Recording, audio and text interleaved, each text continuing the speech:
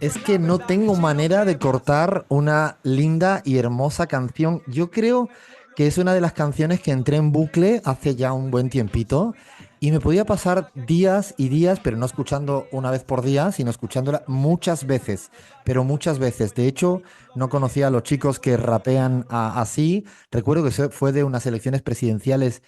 No sé si me atrevo a decir que fue el 2013. Yo juraría que fue 2013 o 2012. Ya lo vamos a poner en nuestras redes sociales. Se llama No Volverán, de Gregory Palencia, Zapato MC y Deja Vu. Es una canción hermosa, muy, muy, muy hermosa. Ahora acabo de ver, fue 11 años después del golpe de Estado, o sea, 2013, no me equivoqué. Es una canción muy bella. Y es una canción que la queremos poner para enmarcar este ratito pizarrero de analizar las elecciones presidenciales en Venezuela. Sí, porque hay elecciones presidenciales en Venezuela. Es decir, sí, hay elecciones en Venezuela, no es un oxímoron.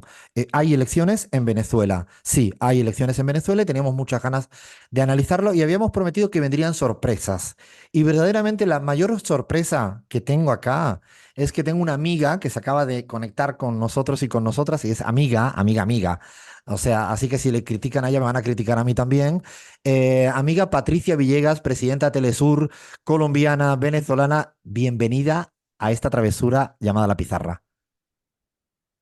Pues yo contentísima de estar nuevamente en La Pizarra, un proyecto que conozco desde que estaba así, de chiquito, en la mente de Alfredo y de su equipo. Contenta de ser parte siempre de CELAR, con quienes estamos intentando permanentemente pensar y hacer cosas por América Latina y el Caribe para que esta región sea lo que tiene que ser siempre un punto de encuentro y un punto de desarrollo del pensamiento propio. Así que nada, contenta. Han sido y serán días muy intensos. La labor periodística de Telesur en este lugar ahora es una ebullición permanente, muchos equipos por todas partes. Yo digo, para hacer una imagen, hay un tsunami de trabajo, pero bueno, una pequeña pausa para compartir con los amigos. Yo estoy deseando un día poder que se quede todo el tiempo en la pizarra, pero es que siempre tiene estrés mediático del bueno porque nos informa desde Telesur de todo lo que pasa en América Latina y de lo que no nos quieren contar también nos lo cuenta ella. Así que esta es la gran sorpresa pizarrera, pero hay una segunda sorpresa que ha sido fraguada en las curvas de esta mañana. En las curvas de esta mañana hemos logrado hablar con un candidato presidencial en las elecciones de Venezuela. Es el candidato, también presidente constitucional, Nicolás Maduro, y hemos tenido esta charla, así que dale play, Fer. Hola, presidente. Presidente y candidato Nicolás Maduro. El próximo domingo tenemos elecciones presidenciales, el 28 de julio, una cita muy importante a nivel internacional, no solo es importante para Venezuela. Y querría preguntarle a usted cómo, qué le diría a la ciudadanía, a la gente, a las personas que desconocen este proceso electoral, que no van a reconocer los resultados electorales, salga lo que salga. Bueno, pues saludo a todos los oyentes y usuarios de La Pizarra. Estoy en este momento, como tú sabes, recorriendo Venezuela entera. He ido a más de 200 ciudades, pueblos, barrios. Ahora estoy camino a La Guajira, venezolana. Una zona que resistió y se negó a morir. 1.500.000 hermanos indígenas guayú, de los cuales 500.000 viven del lado venezolano. Y desde aquí, con esa fuerza indígena de la resistencia, le respondo y saludo a todos quienes nos escuchan. Bueno, no es la primera vez. La Pizarra deben saber, nosotros hemos hecho 30 elecciones en 25 años, un récord mundial. No hay país que lo haya hecho. De 30 elecciones hemos ganado 28, porque somos una realidad, tenemos un poder popular, un poder social. Nosotros somos un poder identitario, cultural del pueblo. Y trabajamos en serio. De esas 30 elecciones, la oposición, cuando estuvo toda unida, ganó 2 veces. Una en el 2007, una reforma constitucional que no fue posible, y otra 2015, que nos metieron una guerra económica brutal, desabastecieron el 80% del país y confundieron una parte de la población y ganaron la Asamblea Nacional. En esas dos oportunidades nosotros de inmediato, primero el comandante Chávez y después yo, salimos a reconocer los resultados como debe ser. Si uno va a un partido de fútbol, tiene que respetar al árbitro. No puede salir a darle patadas al árbitro, a escupirle en la cara, a pegarle cuando canta un penalti o una falta, un tiro libre, o cuando valida un gol y tú dices que no es gol, que fue fuera de lugar, offside, que le dicen. Nosotros respetamos el árbitro, las reglas de juego y la democracia. De las 28 veces que nosotros hemos ganado, de esas 30 elecciones, la oposición en la mayoría ha salido a gritar fraude, sin prueba. Nunca ha presentado una prueba. Nunca, jamás. Imposible, porque el sistema electoral venezolano es totalmente confiable. Se le hacen 16 auditorías antes, durante y después del proceso electoral. Es un proceso automatizado, con todas las formas de chequeo y de protección a todo nivel. Así que no nos sorprende para nada que, viéndose perdidos como están, la derecha envenenada de fascismo en Venezuela salga a quitar fraude y sus cómplices, el fascista Milei, el neofascista Noboa de Ecuador, que asaltó la embajada de México, y la derecha alineada a los intereses y arrastrada a los intereses de los gringos, salgan a hacerle el coro. Lo que sí te puedo decir, hagan lo que hagan, no van a poder detener el curso de la historia. Y nosotros vamos a una gran victoria y no la van a manchar ni a perturbar. Ahora me gustaría saber qué tiene hoy el candidato Nicolás Maduro en estas elecciones 2024 que no tenía aquel candidato también Nicolás Maduro en el 2013. ¿Cuáles son las principales diferencias que encuentra usted entre este candidato actual y aquel otro candidato hace unos años?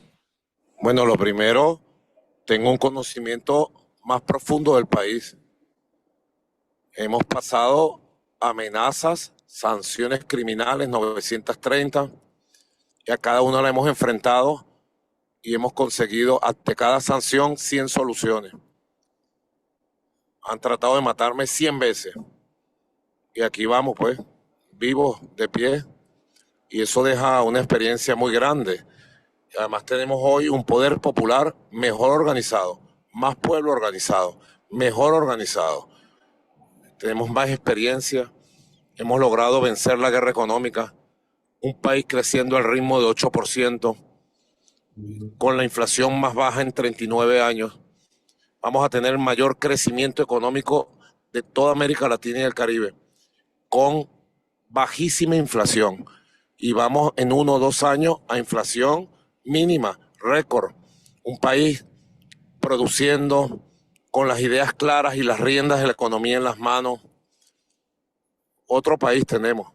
Hoy somos mejores personas, somos un mejor pueblo, después de haber sido sometidos a 8 años de bombardeo, agresiones, amenazas. Trataron de invadirnos el 23 de febrero del año 2019, inventaron al tal Guaidó. Guaidó se secó, lo aplastamos con la verdad de la revolución. Y en lo personal, quizá hoy tengo más confianza y más fe en la fuerza que tiene Venezuela. Venezuela, yo lo vengo diciendo, va a asombrar al mundo. Va a asombrar al mundo con el desarrollo de este nuevo modelo económico, recuperando el estado de bienestar social que nos dejó Chávez y profundizando la democracia verdadera, que es la democracia popular, la democracia directa, la democracia de la gente, la democracia de las comunidades, la democracia del socialismo en lo territorial. Hacia eso vamos. Individualmente, te digo, más enérgico, más saludable, me siento más joven que hace 6 años y tenemos una campaña electoral que es inédita. Creo que va a ser objeto de estudio a nivel mundial, de una campaña electoral cargada de energía, alegría, cantos, bailes, cultura y propuestas. Además estoy tomando el jugo verde, que lo recomiendo mundialmente para los que quieran tener energía y salud.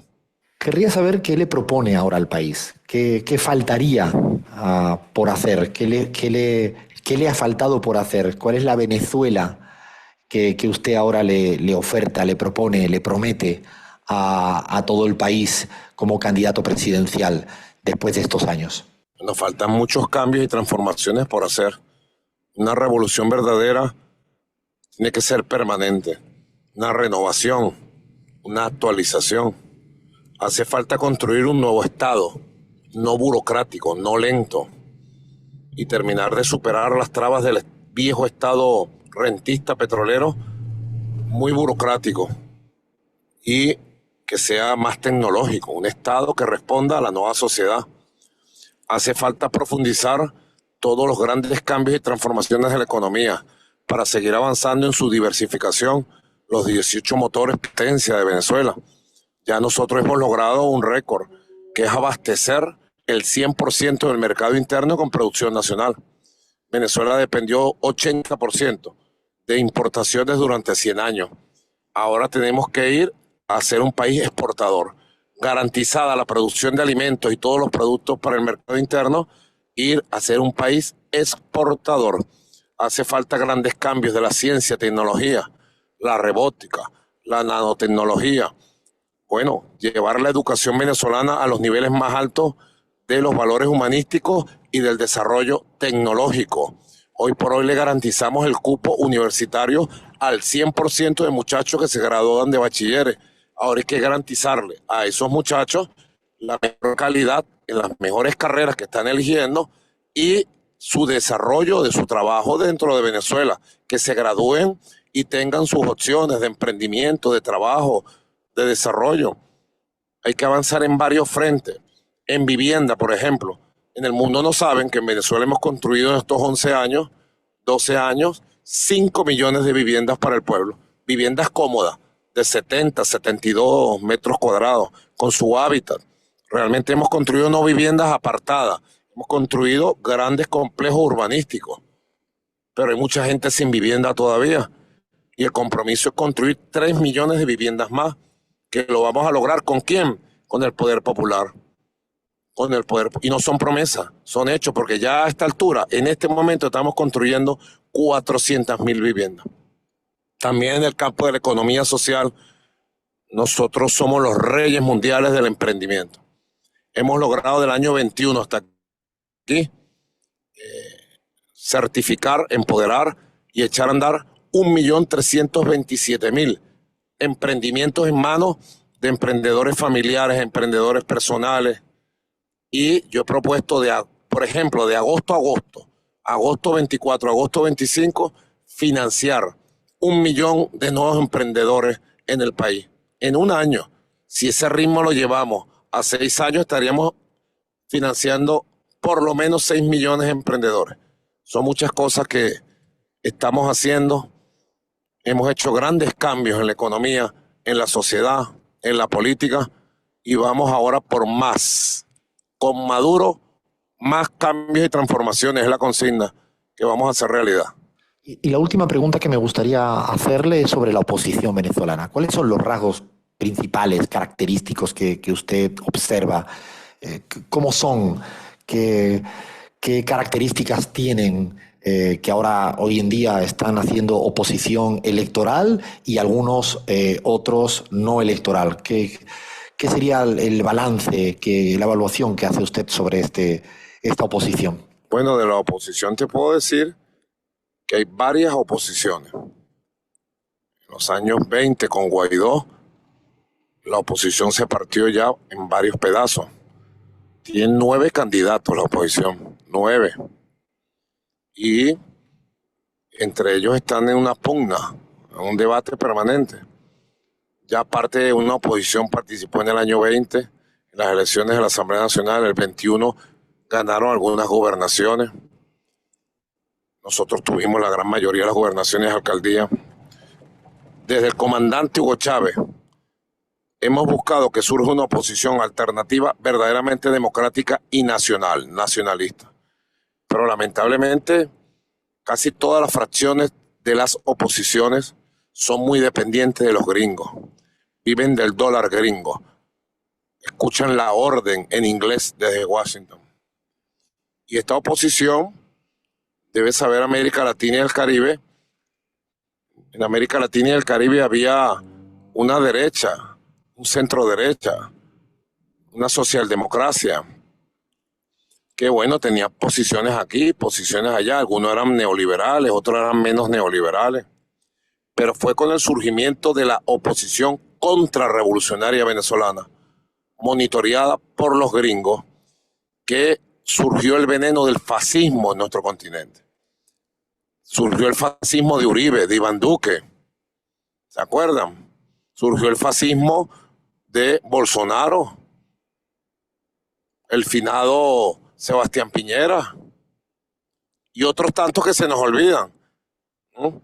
Se nos olvidan porque ya se secaron el Grupo de Lima y surgió Milei, del veneno que salió de la derecha contrarrevolucionaria. Envenenaron, intoxicaron de antichavismo, de antibolivaranismo y de fascismo toda América Latina y el Caribe.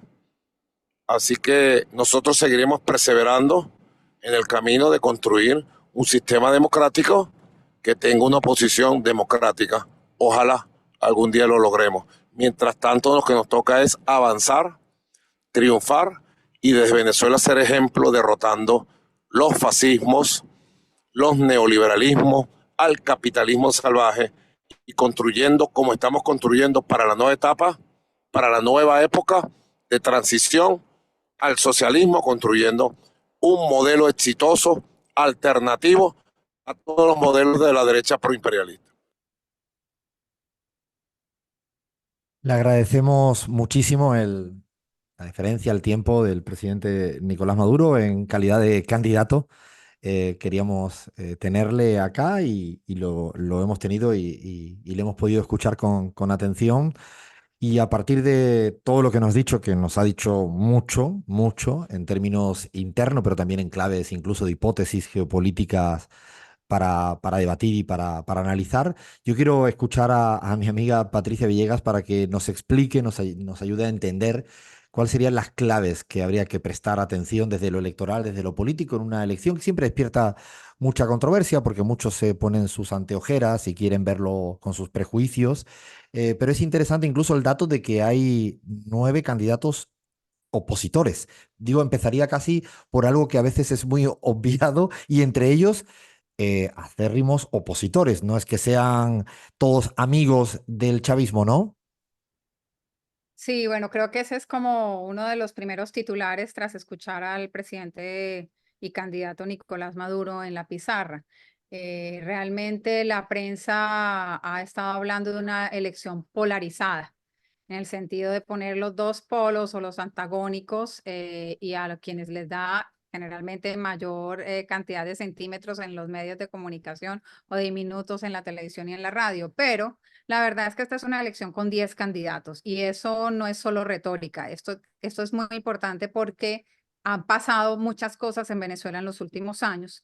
Quizá estos años han sido el tiempo en el que peor se ha contado lo que ha sucedido en Venezuela porque se ha tergiversado o se ha invisibilizado, pero de manera, digamos, en el carácter político hay una división muy intensa de los sectores de oposición venezolana, fundamentalmente por la relación con los Estados Unidos. El presidente dice casi todos están muy ligados a los Estados Unidos y es verdad, pero también es cierto que hay una posición que ha mostrado tener posturas nacionalistas y en eso se diferencian mucho con la oposición que recibe mucha atención, que es la denominada PUT, ¿no? Que es la que hoy encabeza María Corina Machado con el candidato Edmundo González Urrutia. Pero hay otros 8 candidatos que tienen y expresan también sentires opositores de los venezolanos del común, del ciudadano opositor al proyecto del chavismo, a la revolución bolivariana, pero que encuentra en esas otras 8 opciones algunas oportunidades para expresarse electoralmente. Y eso es una clave no solamente de carácter político, sino también en números, Alfredo, compañeros, porque algo van a recibir esos candidatos en los porcentajes